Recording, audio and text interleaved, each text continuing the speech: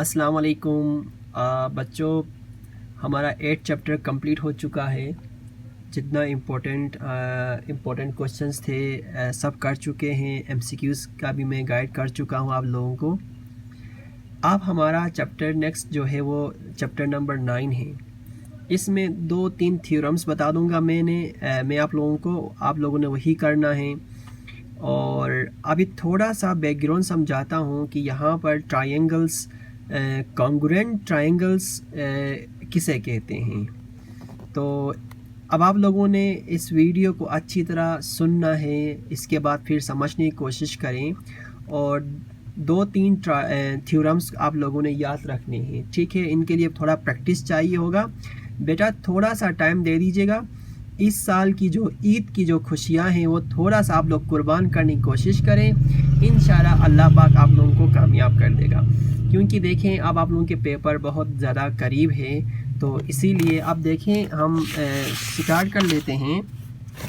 Introduction में मैं आप लोगों को डायरेक्ट आसान अल्फाज में बता दूं कि कंग्रुएंट का मतलब ये होता है कि एक जैसे तकरीबन, ठीक है, सेम। अब यहाँ पर देखें आप लोगों को आपके बुक के पेज नंबर 182 में आप देख लीजिए यहाँ पर क्या लिखा है, sameness of size and shape in the mathematical. इसको जो ऐसा फिगर, ऐसा शेप, ऐसा शक्ल, ऐसा कोई फिगर जो एक जैसे हो, 2-3 फिगर्स जो कि साइज़ में, शेप में सेम हो, तो इसको कंग्रुएंट कहा जाता है। अगर हम ट्रायंगल्स की बात करेंगे तो क्या बोलेंगे हम, कंग्रुएंट ट्रायंगल्स कहा जाएगा, ठीक है जी।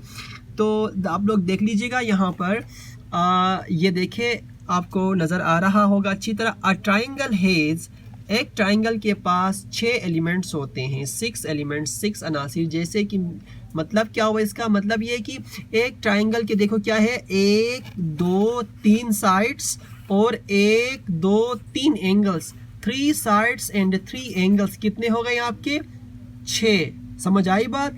अगर दो ही, ये देखो अब ये एक ट्रायंगल है आपके पास और इसका वर्टिसेस क्या है, ABC, एंड इसका वर्टिसेस क्या आपके पास, PQR। दोनों ट्रायंगल्स कंग्रुएंट है।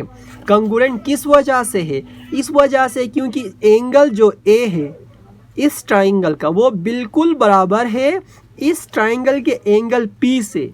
इसी तरह इस ट्रायंगल के एंगल जो B है वो बिल्कुल इक्वल किसका है, इस ट्रायंगल का एंगल Q से। इसी तरह इस ट्रायंगल के एंगल C जो है इस ट्रायंगल का एंगल R से सेम है।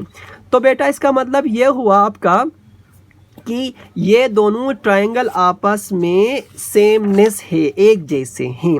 आप लोग बुक में ये जो चीज़ आपके पास है ये आप लोग इसको रीड कर लीजिएगा। जो मैं आप लोगों को यहाँ बता चुका हूँ सेम वही चीज़ यहाँ लिख के दिखाया गया है।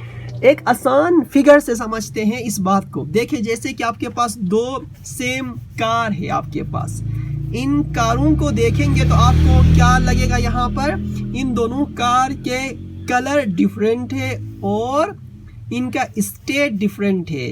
देखिए हालत, ये इस तरफ मुड़ा हुआ है और ये इस तरफ है।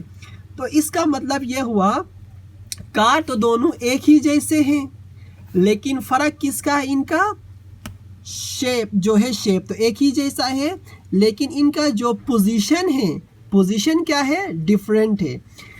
अब कैसे पता चलेगा कि सर ये दोनों कार साइज में सेम है। इसके लिए क्या करेंगे, अगर हम लेट्स सपोज अगर हम एक कार को उठा के दूसरे कार के ऊपर रखेंगे, एक कार को उठा के अगर हम दूसरे कार के ऊपर रखेंगे तो आपको पता है क्या होगा, दूसरे वाला जो कार है, नीचे वाला कार आपको नज़र नहीं आएगा। इसको कहते हैं ओवरलैप।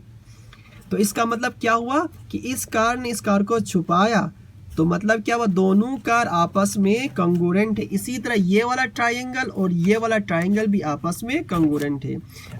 इस वीडियो को आपने अच्छी तरह समझना है, देखना है 2-3 मरतबा, और इसके बाद इंशाल्लाह आपको समझ आ जाएगा कंग्रुएंट का मतलब क्या है। यहाँ डेफिनेशन भी मेंशन है।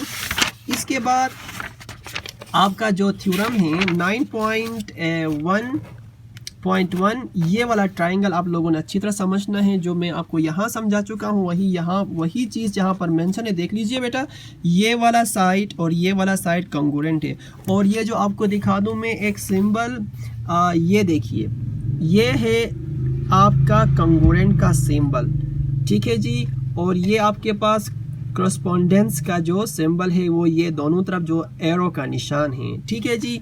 इन दोनों ट्रायंगल्स को देख लीजिए तो ये और ये साइड सेम हैं, इसी तरह ये और ये एंगल एक जैसे हैं। Same angle B is must be equal to angle Q. इस थ्योरम को आप लोगों ने अच्छी तरह याद रखना है, पेपर के लिए बहुत इंपॉर्टेंट है। इसके बाद एक छोटा सा थ्योरम जो कि आपके सेक्शन बी में आ जाएगा वो ये वाला है, ठीक है। इसको आपने अच्छी तरह करना है। सेम एक ट्रायंगल के दरमियान में आपने एक बाइसेक्टर ड्रॉ किया जिसकी वजह से ये एंगल बराबर हो गया इस एंगल का, ठीक है जी। ये भी आप लोगों ने करना है। अब आ जाते हैं हम लोग। अब बेटा आपने एमसीक्यूज अच्छी तरह समझना है, देखना है और इनको याद रखने की कोशिश करें।